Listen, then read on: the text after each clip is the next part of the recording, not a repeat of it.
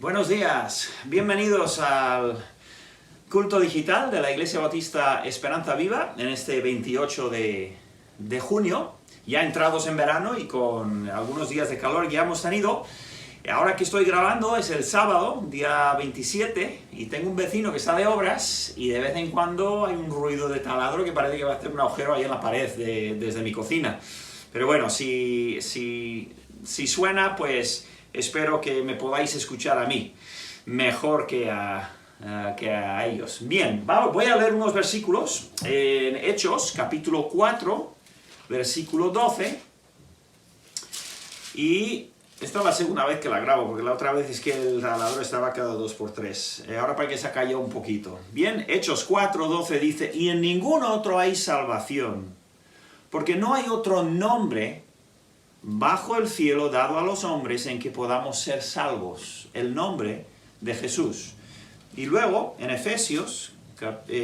Filipenses, capítulo 2, versículo 9, por lo cual Dios también le exaltó hasta lo sumo y le dio un nombre, que es sobre todo nombre, para que en el nombre de Jesús se doble toda rodilla de los que están en los cielos y en la tierra y debajo de la tierra, y toda lengua confiese que Jesucristo es el Señor, para gloria de Dios Padre. Un día, toda lengua, de toda persona que jamás haya vivido, honrará el nombre del Señor Jesucristo. Entonces, quiero cantar un corito que se titula Cristo, nombre glorioso. Si lo conoces, canta conmigo.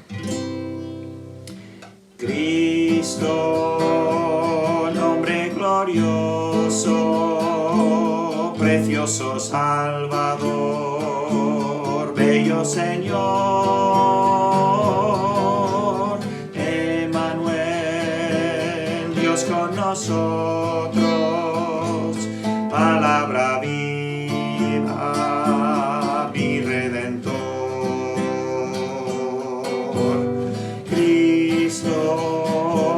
Pastor divino, gloria a tu Espíritu, Consolador,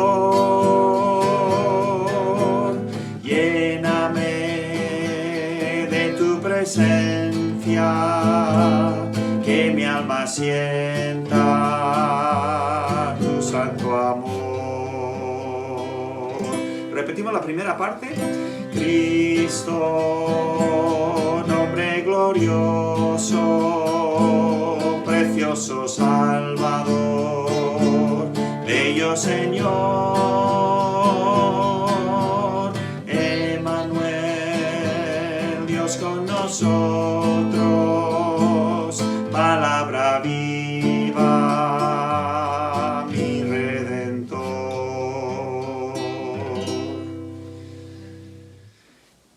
Y si sois de la congregación, estáis viendo la versión completa, pues unas observaciones, unos avisos y continuamos con la música de siempre, los saludos, los versículos favoritos, a ver si sale el taladro o no, espero que no. Pero bueno, hablando de obras, pues habéis visto que las obras en la iglesia van para adelante.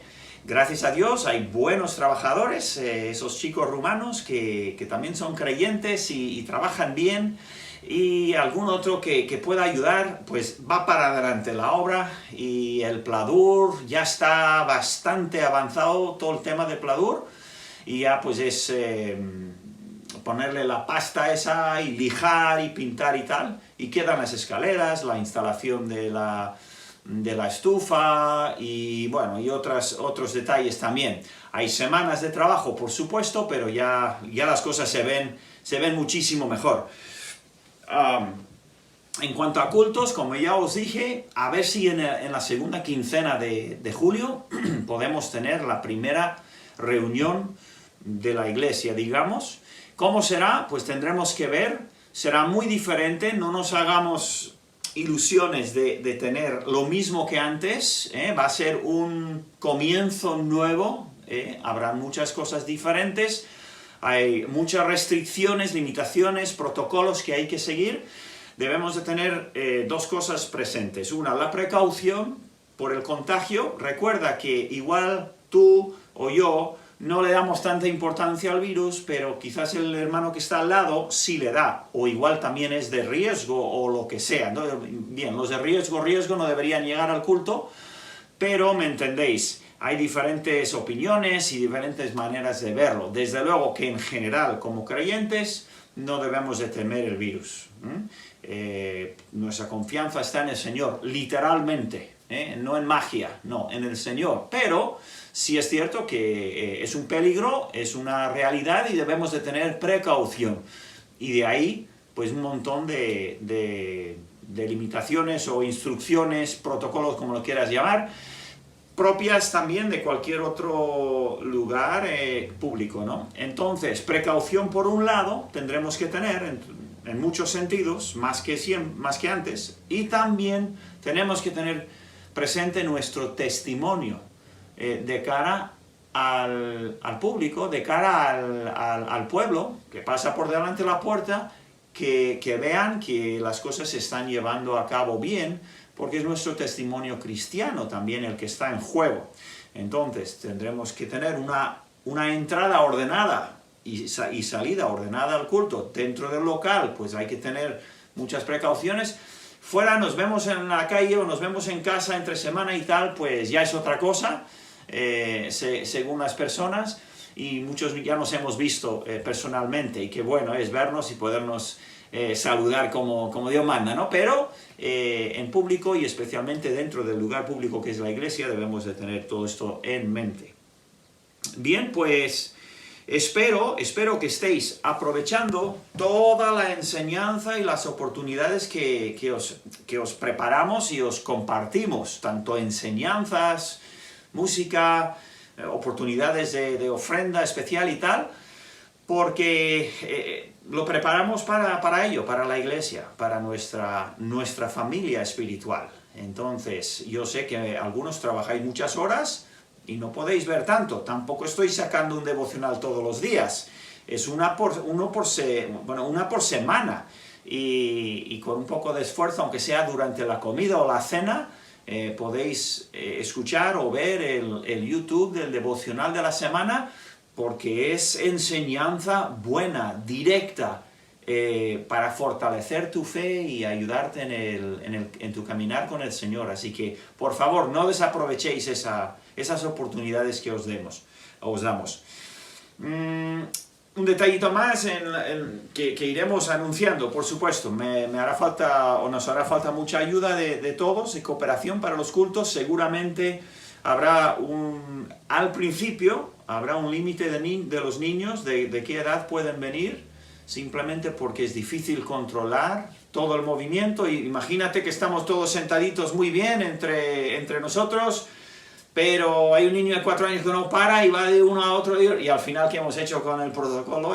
O sea, hay que tener ciertas cosas con mucho cuidado, y por eso también doy gracias a Jason y todos los demás hermanos y jóvenes que están ayudando con las actividades para los niños, aparte del domingo, fuera o afuera de los cultos estos, digamos, están preparando y teniendo actividades con los niños, tanto digitales como esta semana hay uno programado en un parque, y amén, contentísimo yo de que puedan hacer esto.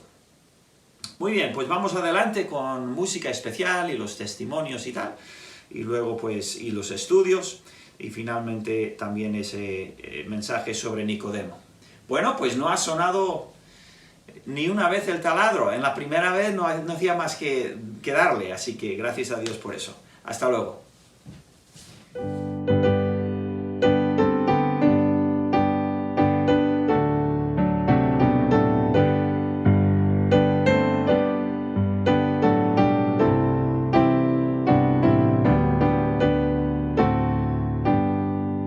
Si Jesús es quien me guía, ¿cómo más podré temer? Dudaré de su porfía, si mi herencia en él tendré. Tierna paz en él ya gozo, suyo soy ya por la fe. lucha o el reposo, en su amparo confiaré. En la lucha o el reposo, en su amparo confiaré. Es Jesús mi amante guía, mi esperanza, mi solar, mi consuelo es en el día y en la noche grata paz, mi poder en la flaqueza, mi maná, mi libertad, es mi amparo en la tristeza, suple mi necesidad. Es mi amparo en la tristeza, suple mi necesidad. Es Jesús mi amante guía, de mi ser consolación, de lo que antes carecía, Él me imparte en profusión. En la gloria me promete divina seguridad. Él será mi brazo fuerte, guía por la eternidad. Él será mi brazo fuerte, guía por la eternidad.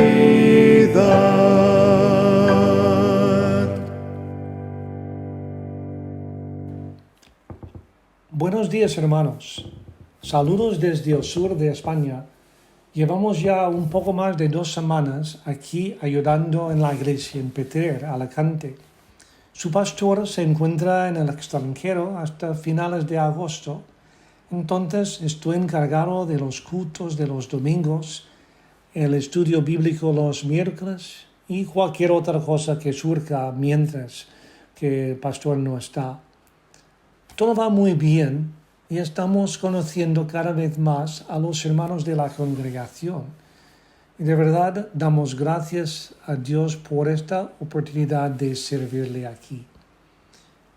El primer sábado aquí fuimos al campo de nuestros consuegros para comer paella con la familia. Al llegar, mi hijo estaba cortando la hierba y su suegro tenía otra desbrozadora en el suelo, intentando sacar una tuerca en una parte para poder engrasar los engranajes. Bueno, la tuerca no salía por la oxidación y tampoco mis consuegros usaban la herramienta correcta. Vi que tenía la llave que necesitaba en una bolsa, pero aún era muy difícil sacar la tuerca. Él echó unas gotas de aceite 3 en 1 sobre la pieza y fuimos a comer. Después salió fácilmente la tuerca. Este pequeño incidente me hizo recordar de nuevo de la importancia del mantenimiento de las cosas. Trabajando allí en el caserío, estamos rodeados perpetuamente de cosas que necesitan atención, pero cuando lo piensas, todos estamos enfrentados todos los días con la necesidad del mantenimiento de algo. El coche o algo en la casa donde hay un sinfín de cosas reclamando la atención. Resulta que no siempre estamos tan atentos a estas cosas como debemos ser y como resultado terminamos pagando caro una reparación o quizá comprando un electrodoméstico nuevo.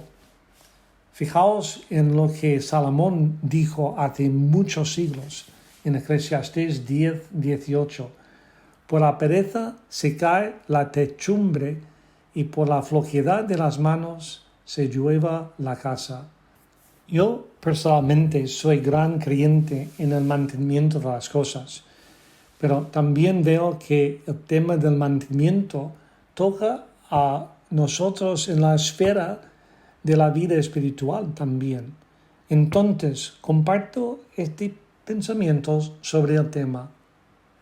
Antes de seguir, defino la palabra. el mantenimiento se compone de todas las acciones que tienen como objetivo preservar un artículo o restaurarlo a un estado en el cual pueda llevar a cabo alguna función requerida. Hay una clase de mantenimiento que es preventivo y otra que es correctivo. En fin, junto todos son las cosas que hacemos para que el techo de la casa no nos caiga encima. La ley que rige en todo este fenómeno es llamada la segunda ley de la termodinámica o simplemente la entropía. Es una de las leyes más básicas e importantes en todo nuestro mundo físico y de alguna forma fue afectada en la maldición de Dios de la tierra después del pecado de Adán. Sin entrar en una explicación técnica de esta ley, a ver si puedo resumirla de la forma más sencilla posible.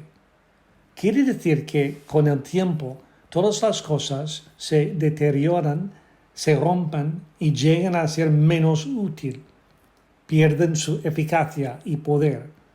O sea, por el efecto del tiempo, los elementos como el agua, calor o la fricción, todo va para abajo. Aumenta la entropía. Los motores de los coches pierden potencia y la chapa se oxida. Nuestros cuerpos se envejecen y como el resultado final ocurre la muerte. El propósito del mantenimiento entonces es intentar retardar este proceso todo lo que se pueda. Cambiar el aceite del motor de un coche con regularidad sería un buen ejemplo de mantenimiento preventivo. Ahora, se puede aplicar todo esto al nivel espiritual. Si dejamos de mantener nuestra relación con el Señor, las cosas rápidamente van para abajo espiritualmente. Dejamos de buscar al Señor en su palabra por un tiempo y entra frialdad a la relación. Dejamos de orar y testificar y dentro de nada se ve los afectos oxidando, por decirlo así, a las otras áreas de nuestra vida. Vimos hace poco el ejemplo de esta degeneración espiritual en el libro de Nehemías. Unos años antes de llegar Nehemías a Jerusalén, hubo un avivamiento espiritual bajo Esdras, pero por falta de mantener obediencia a la ley, decayó el pueblo a la condición triste de gran mal y afrenta, como escuchó Nehemías en su libro, primer capítulo, versículo 3. En el Nuevo Testamento también vemos el efecto de la falta de mantenimiento. El ejemplo clásico de esto vemos en el mensaje de Jesús a la iglesia en Éfeso. En capítulo 2 de Apocalipsis leemos cómo reprendió a ellos porque habían dejado su primer amor. Pedro también nos advierte del peligro en su segunda carta diciendo: así que, hermanos o amados, sabiéndolo de antemano, guardaos, no sea que arrastrados por el error de los inicuos, caigáis de vuestra firmeza. Pero vamos a llevarlo más cerca a casa. ¿Cómo vas tú en tu relación con el Señor? ¿Estás disfrutando una relación viva y gozosa con Dios? ¿Sientes su presencia y poder en tu vida? Estamos enseñados en su palabra cómo mantener esta relación viva y personal. Pedro enfatiza el mantenimiento de nuestra relación por medio de andar en el Espíritu y ser guiados por Él, en Gálatas 5. También habla de la renovación de nuestras mentes en sus cartas a los Efesios y a los Romanos. Juan nos exhorta a andar en luz como Él, Cristo, está en luz, y tenemos comunión unos con otros si lo hacemos. Hermanos, si nuestras vidas van a contar por Cristo y la iglesia va a funcionar como un cuerpo sano, que hagamos caso a la necesidad de mantenernos en buena relación con nuestro Padre constantemente. Solo así veremos las grandes bendiciones de Dios y experimentar la vida abundante que nos promete. Dios nos ha provisto con la nueva vida y un manual para guiarnos en el mantenimiento de esta vida. Tengamos fervor en mantener un horario de buen mantenimiento espiritual.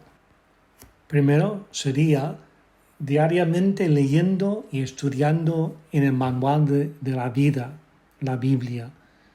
Luego también diariamente en la oración, buscando a Dios y su voluntad para nuestras vidas, para este día.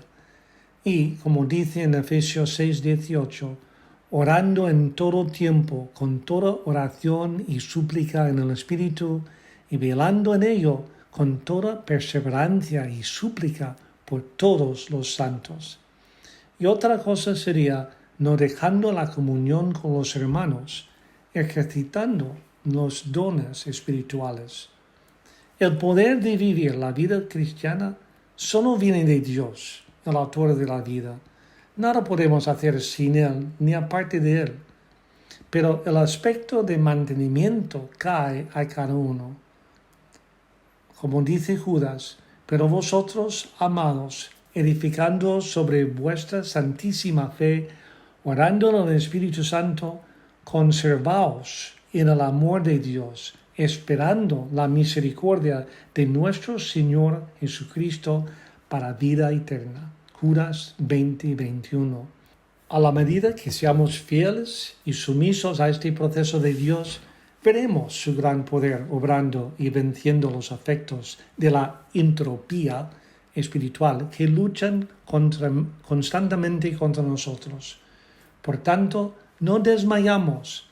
Antes, aunque nuestro hombre exterior se va desgastando, el interior, no obstante, se renueva de día en día, dice Pablo, según de Corintios 4:16. ¡Qué grande es nuestro Dios en guardarnos y mantenernos para su honra y su gloria! Como Judas termina su carta, termino con estas palabras.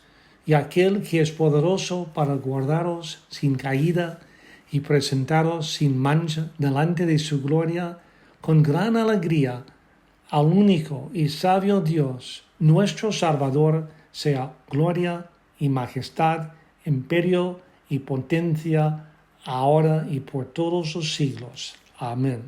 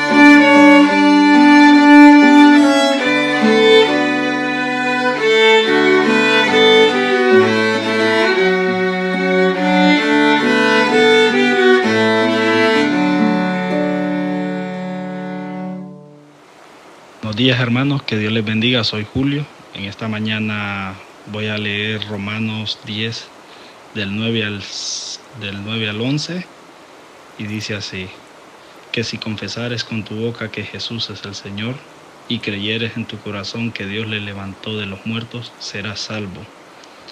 Porque con el corazón se cree para justicia, pero con la boca se confiesa para salvación. Pues la Escritura dice: todo aquel que en Él creyere no será avergonzado. Gracias, hermanos, que tengan un buen fin de semana. Buenos días, hermanos, soy Rosa.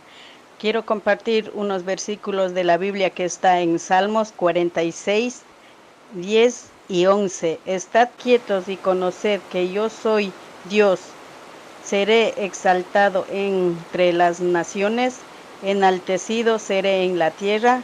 Jehová de los ejércitos que está con nosotros, vuestro refugio es el Dios de Jacob, Sela.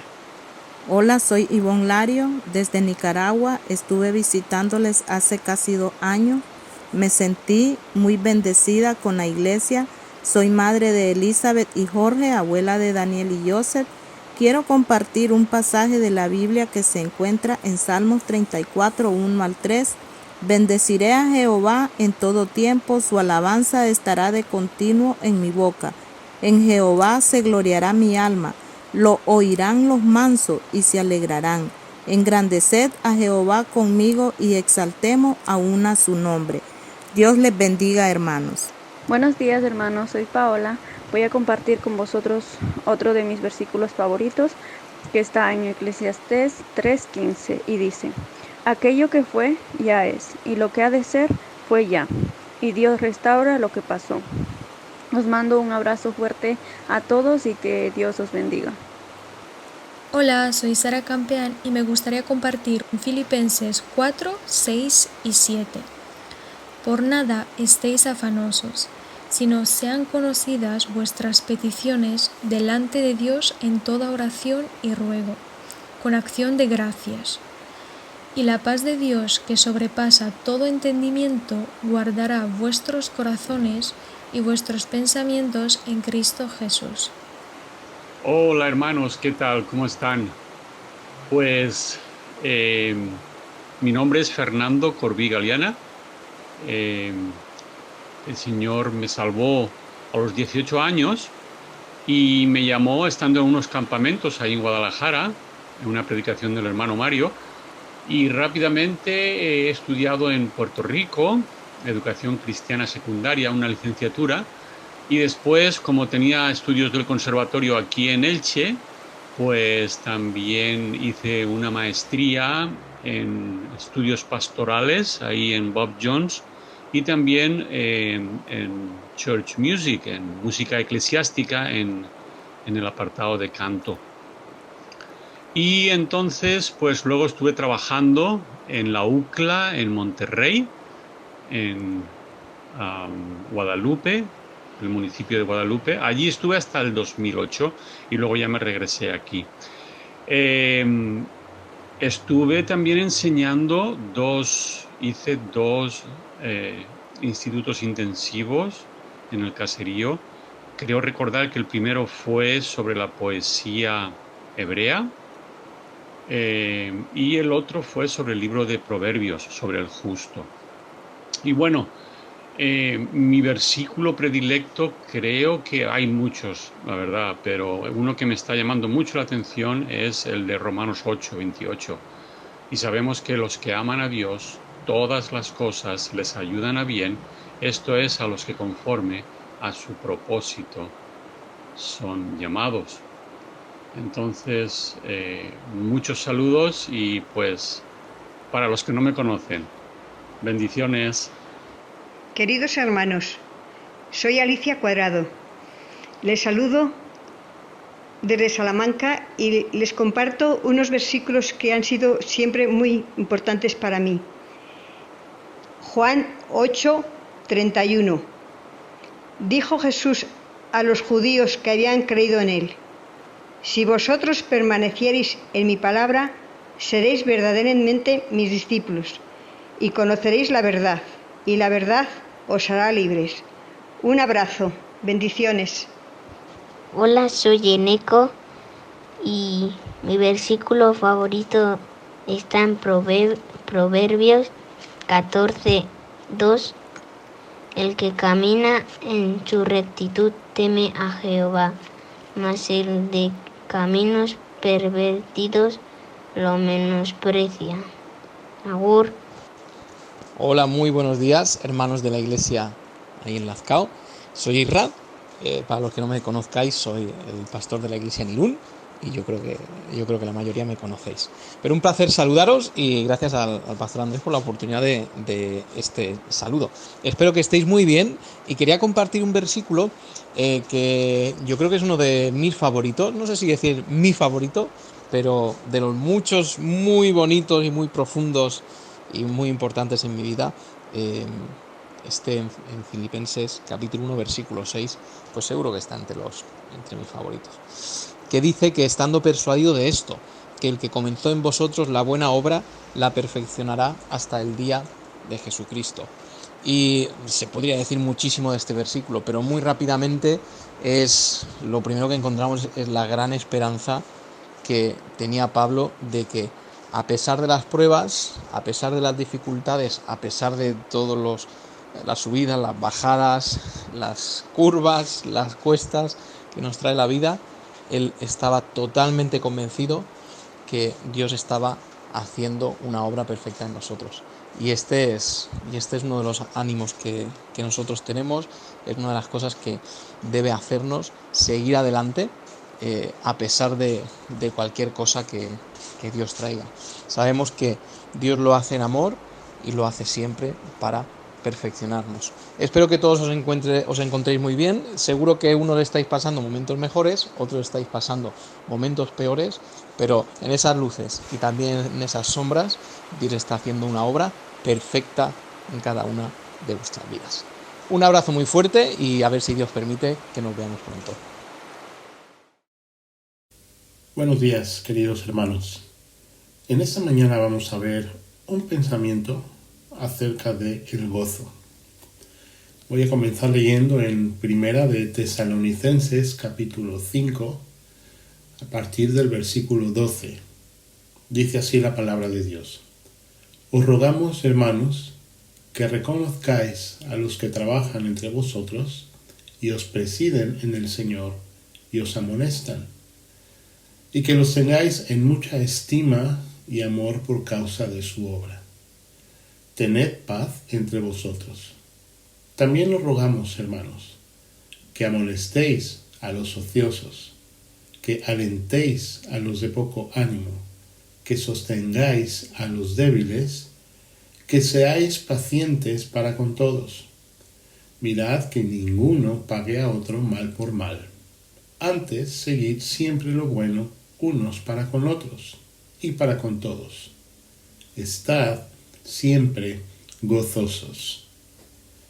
Un anhelo constante del hombre es buscar la felicidad. Aristóteles decía que la felicidad depende de nosotros mismos. Ser feliz significa autorrealizarse, alcanzar las metas propias de un ser humano. Cuando Dios creó al hombre, lo puso en un ambiente perfecto, libre de pecado. Todo era bueno, no había dolor, no había problemas, no había desdicha. Todo era maravilloso. Dios mismo caminaba y se paseaba en el huerto teniendo a su lado a Adán. Había ya en el mismo lugar un ser infeliz que por sus propias decisiones pecó contra Dios y fue quitado de su lugar especial. Su nombre ya sabemos cuál es. Él aparece en Génesis capítulo 3, donde tienta a Eva para que desobedezca a Dios. Y lo hace usando la misma arma que sigue usando hasta nuestros días. Dios no te puede hacer feliz. Hay algo más. Tú puedes ser igual a Dios. No le necesitas para ser feliz. Conocemos la historia. Eva se deja deslumbrar por la mentira satánica y todo lo que era perfecto y maravilloso se ve de pronto maldecido por el pecado. Ese mismo engaño lo vemos en acción cada día. Los hombres tratan de buscar su felicidad como si dependiera de ellos, como pensaba Aristóteles. Y han inventado tantas cosas tratando de encontrar esa felicidad. La buscan en el alcohol, en las drogas, en el ocio, en el deporte, en la música.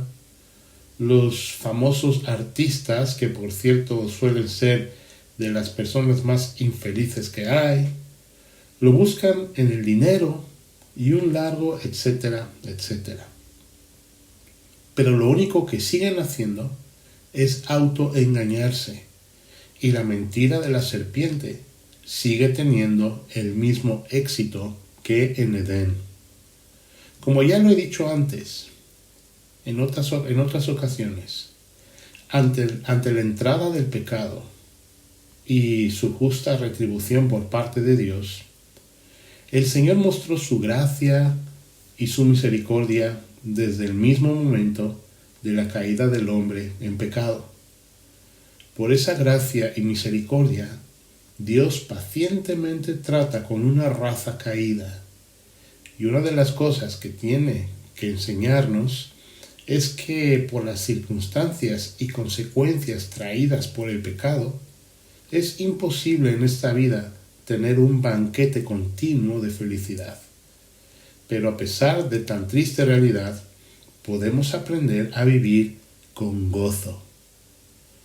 Lo siguiente lo leí en un comentario bíblico que uso para mis estudios. Y dice así: gozo es lo que el hombre anhela y lo que busca. Lo encuentra cuando encuentra a Dios. Y solamente entonces.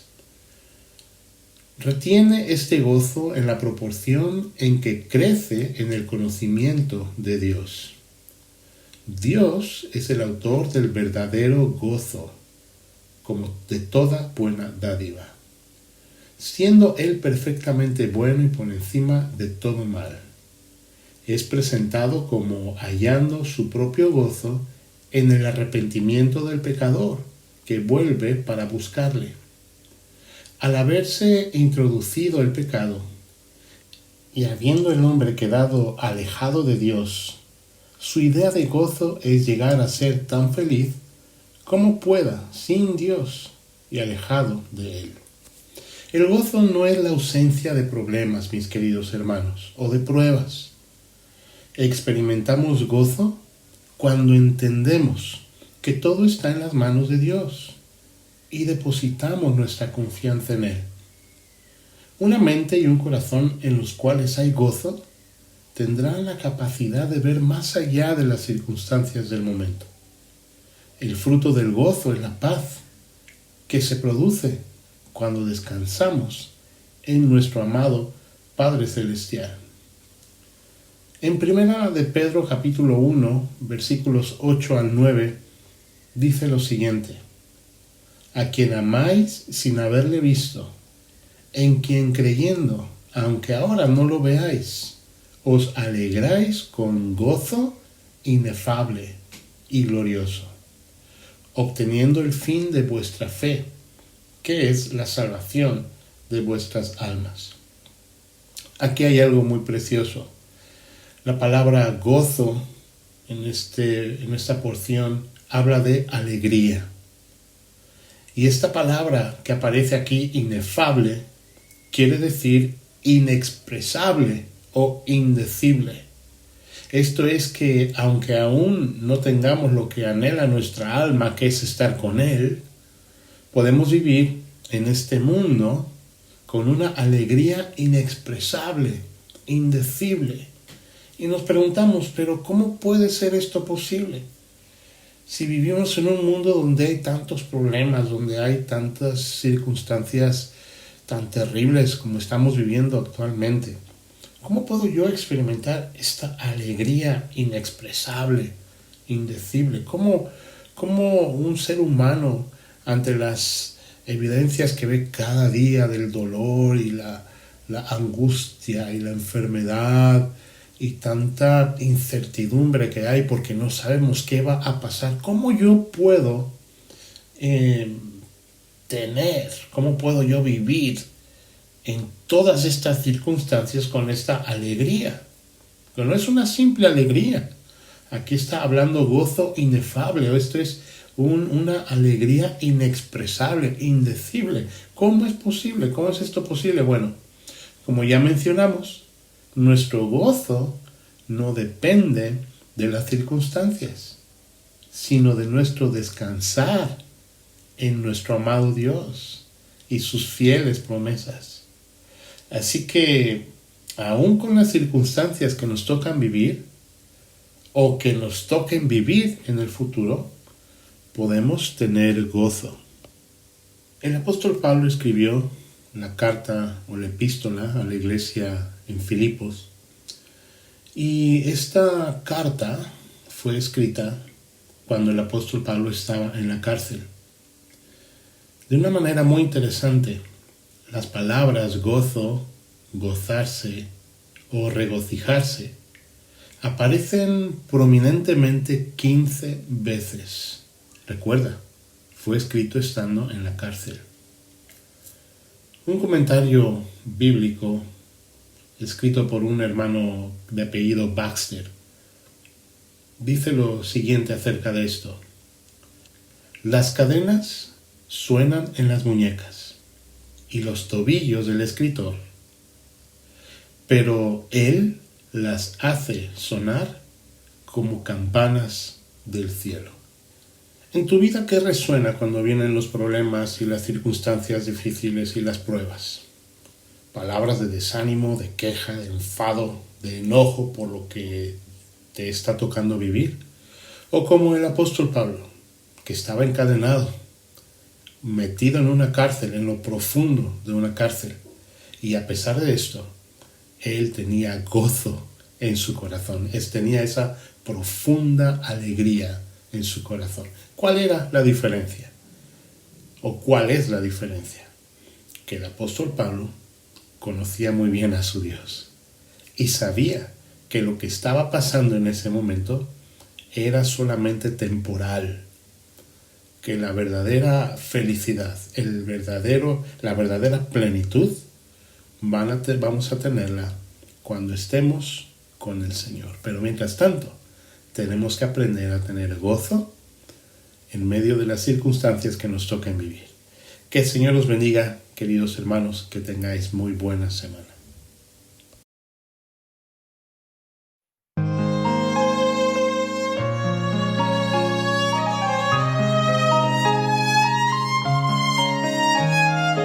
Roca de la eternidad, fuiste abierta tú por mí, sé mi escondedero fiel, solo encuentro paz en ti, rico, limpio manantial, en el cual lavado fui.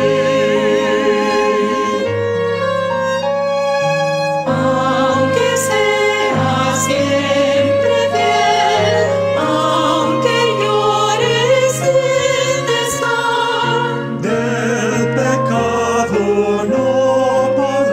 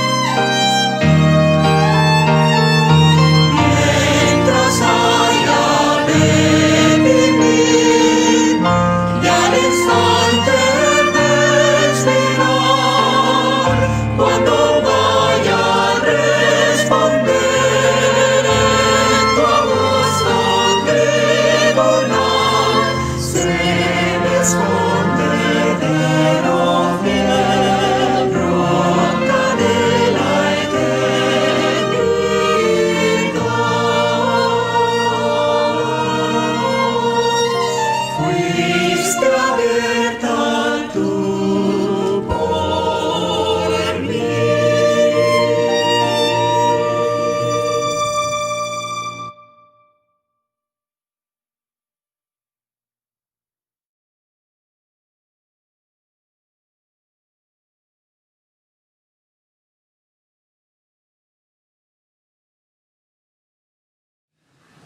Hola, pues bienvenido al mensaje, el tercer episodio de Nicodemo. Esta es la segunda vez que hago esta grabación, a ver si sale menos el taladro que tiene un vecino ahí que está de obras. Y en la primera vez que lo he grabado ha salido un montón el taladro y nunca sabes cuánto va a darle, así que voy a probar otra vez y una de las dos versiones usaré. Bien. Vamos a volver al libro de Juan, al capítulo 3, y vamos a continuar la historia de Nicodemo. Si no has oído los mensajes anteriores, son 2. Recomiendo ir a escucharlas antes que este mensaje, porque darán mucha más información, mucho más trasfondo. En el versículo 9, después de hablar de nuevo nacimiento, entonces Nicodemo se ha quedado todavía, está todavía con mucha pregunta. Él le hace una pregunta muy importante en el 9, dice: ¿cómo puede hacerse esto? ¿Cómo puedo nacer de nuevo? Si es necesario, ¿cómo lo puedo hacer? Es una pregunta muy buena y demuestra que el corazón de Nicodemo tenía deseo de conocer lo que el Señor estaba enseñando. Muy importante, tenía el deseo. Muchas veces hoy en día damos un folleto del Evangelio a una persona o un libro bueno que habla del Señor, de Dios, la Biblia. No quieren saber nada, lo rechazan. No me molestes con esas cosas, déjame en paz. Como si, haciendo a un lado la verdad, se va la verdad y no existe. Como si lo ignoro, si no le hago caso, ya está, me he librado del problema. No es cierto, no tiene ni lógica ni sentido. Pero muchas veces las personas sí que se rechazan totalmente escuchar. Muchos ni siquiera empezarían a escuchar este mensaje, porque dirán: esas bobadas de Dios y de religión, y yo no creo en esas cosas. Bueno, rechazarlo porque uno no quiere creer es muy peligroso. Lo veremos aquí ahora adelante. Versículo 10, el Señor le responde a Nicodemo con una pregunta un poco con filo, con un poco de cuchillo ahí. Dice: ¿eres tú maestro de Israel y no sabes esto? Tú eres el más importante maestro de Israel, eres el más reconocido de los fariseos y tú no sabes del nuevo nacimiento. Es como, fue una crítica, fue un comentario al país entero. Se habían alejado tanto de las verdades de Dios y lo único que les quedaba eran las reglas y las normas que los fariseos se habían inventado. Después dice el Señor: de cierto te digo, que lo que sabemos hablamos, y lo que hemos visto testificamos, y no recibís nuestro testimonio. El Señor dijo: yo enseño cosas sencillas con ilustraciones del día, ilustraciones normales y comunes y fáciles de entender. Y dice: vosotros, creo que se refería a los fariseos mayormente, y vosotros no recibís nuestro testimonio, o sea, no queréis creer. Y ahí tenemos que hablar del tema de creer. Creer es una cuestión de la voluntad. Si quiero creer a una persona o no. Si yo te digo, yo he estado en la Torre de Pisa, ahí en Italia. No tengo fotos, no tengo vídeo, no tengo billete del barco, de cómo fui, no tengo nada. Pero yo he estado al pie de la Torre de Pisa. ¿Me vas a creer o no?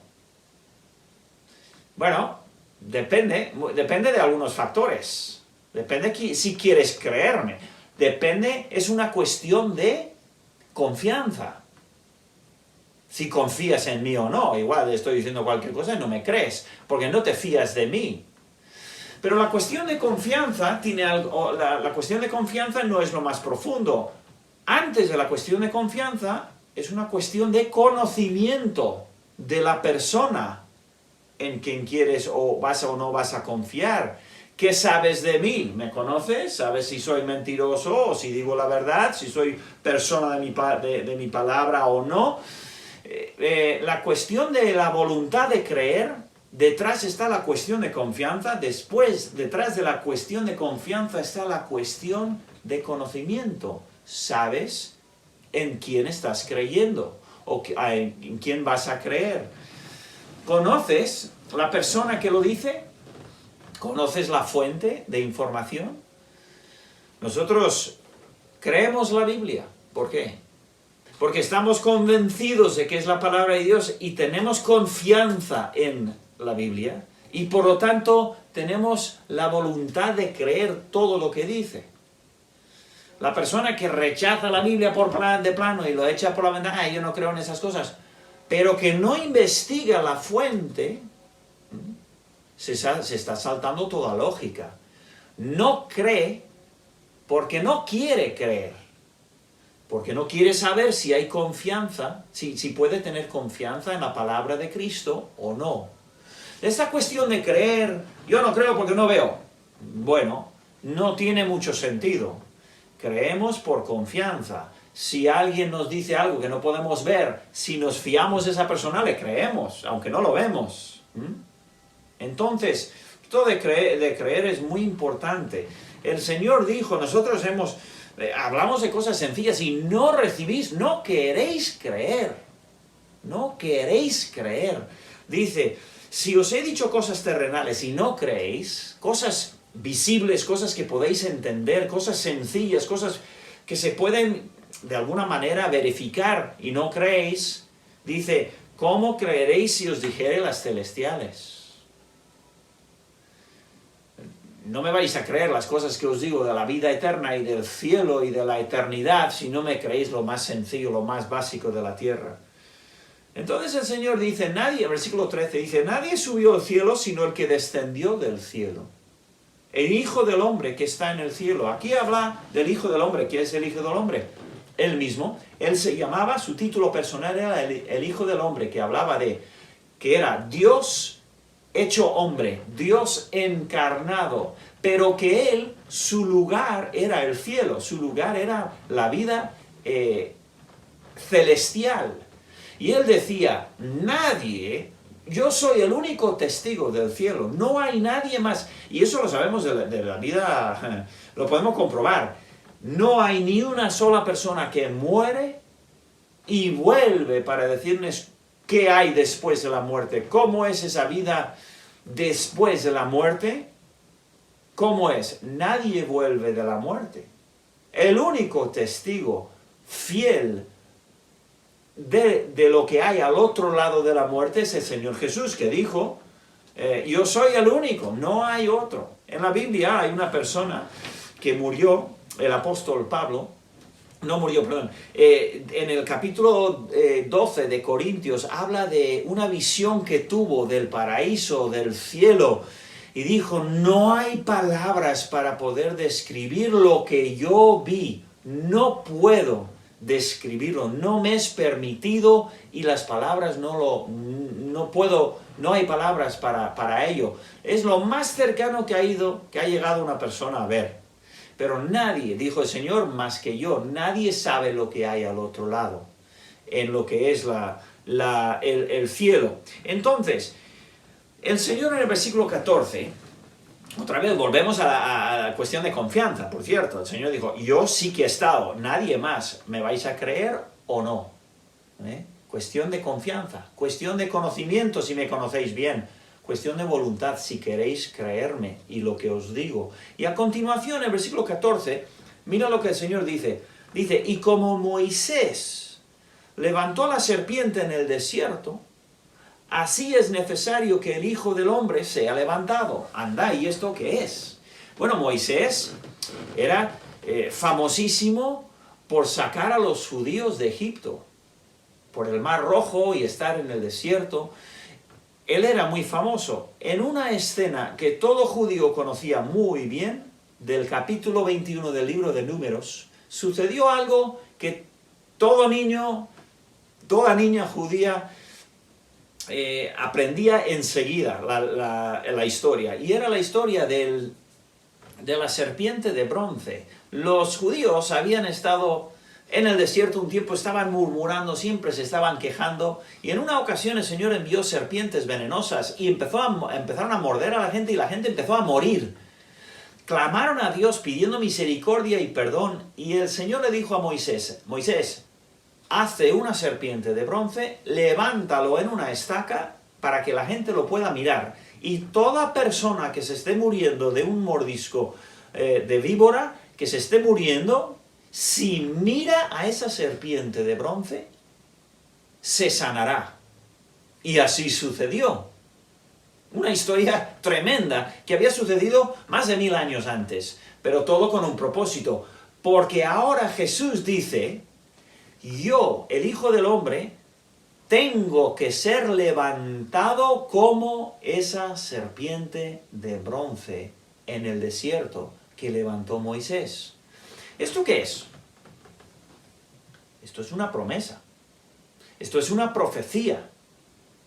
Esto es algo que el Señor dice, va a pasar, es necesario que pase. Que yo sea levantado. ¿Qué quería? ¿Cómo? ¿Por qué? ¿Cómo? ¿Dónde? Seguro que Nicodemo tenía muchísimas preguntas. Rabí, Señor, tú levantado con una serpiente, ¿y cómo es eso? Y mira lo que el Señor dijo. ¿Para qué se me va a levantar como el Hijo del Hombre? ¿Cómo? ¿Por qué voy a ser levantado? Versículo 15. Para que todo aquel que en Él cree, en el Hijo del Hombre levantado, no se pierda, mas tenga vida eterna. Esta es la primera vez en el libro de Juan que aparece la frase vida eterna. Aparece 10 veces y esta es la primera. Nicodemo no podía entender para nada lo que le estaba diciendo el Señor Jesús. Hombre, podía entender las palabras, pero no entendía el significado. El Hijo del Hombre iba a tener que ser levantado para que las personas pudiendo o las personas creyendo en Él pudiesen tener la vida eterna. ¿Y eso qué era? ¿Qué significaba eso? Y entonces llegamos al versículo 16, y con esto vamos a terminar hoy. El versículo 16 de Juan 3, es el versículo más conocido, más memorizado, más reconocido de toda la Biblia. Dice así, porque de tal manera amó Dios al mundo, que ha dado a su Hijo unigénito, para que todo aquel que en Él cree no se pierda, mas tenga, segunda vez, vida eterna. Este versículo, en un solo versículo, da el mensaje de la Biblia, que Dios amó al mundo y envió a su Hijo unigénito, para que todos los que crean en Él pudiesen tener la vida eterna. En el año 1990 se celebró el Mundial de Fútbol en Italia. Y en ese tiempo, mi familia, Noemí y yo, y teníamos 3 hijos, 2. Estaba a punto de nacer el tercero, en el 91. Vivíamos en Irún y yo estaba repartiendo literatura del Evangelio por toda la provincia de Guipúzcoa, todos los hogares de todos los pueblos. Y en ese folleto ofrecíamos una Biblia, ofrecíamos un libro y ofrecíamos un estudio bíblico, gratis. Y algunas personas respondían. Respondió una familia de Vergara, y no recuerdo muchos detalles del lugar, ni exactamente las caras, pero recuerdo el día que fui a darles la Biblia. Y les expliqué, como siempre hacía, les expliqué un poco qué había en la Biblia, de qué es lo que contenía, ¿no? Y les hablé de este versículo. Les leí el versículo, porque de tal manera amó Dios al mundo, etcétera, etcétera. Y les dije, esto es Juan 3:16. Y les dije, habéis visto, había un hombre, uno de los hombres en la casa, le dije, habéis visto el Mundial, ¿no? Habéis visto partidos ahí de Italia, sí, sí, sí. ¿Habéis visto unas pancartas enormes que la gente suele levantar? Hoy en día creo que no se puede hacer, pero en aquel entonces sí que se podía. Y en esas pancartas enormes decían había diferentes mensajes. Una de ellas era una pancarta enorme sostenida por un montón de personas que ponía Juan 3, 2.16. Les dije, ¿sabéis a qué se refiere? Se refiere a este versículo. Ellos están dando testimonio de este versículo. Y el Señor dijo algo que nunca me olvidaré.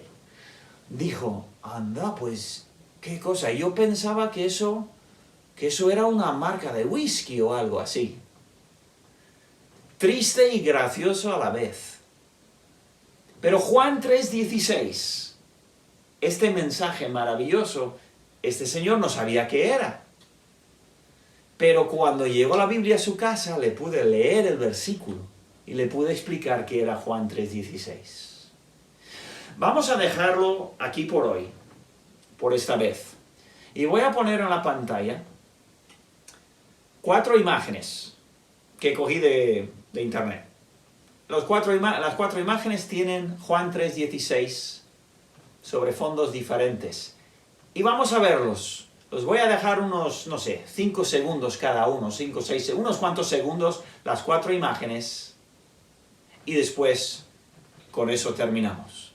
Y la próxima vez continuaremos con esta conversación y esta historia de Nicodemo y el nuevo nacimiento. ¿De acuerdo? Pues nada, agur entonces, disfrutar de las imágenes, hasta la próxima vez.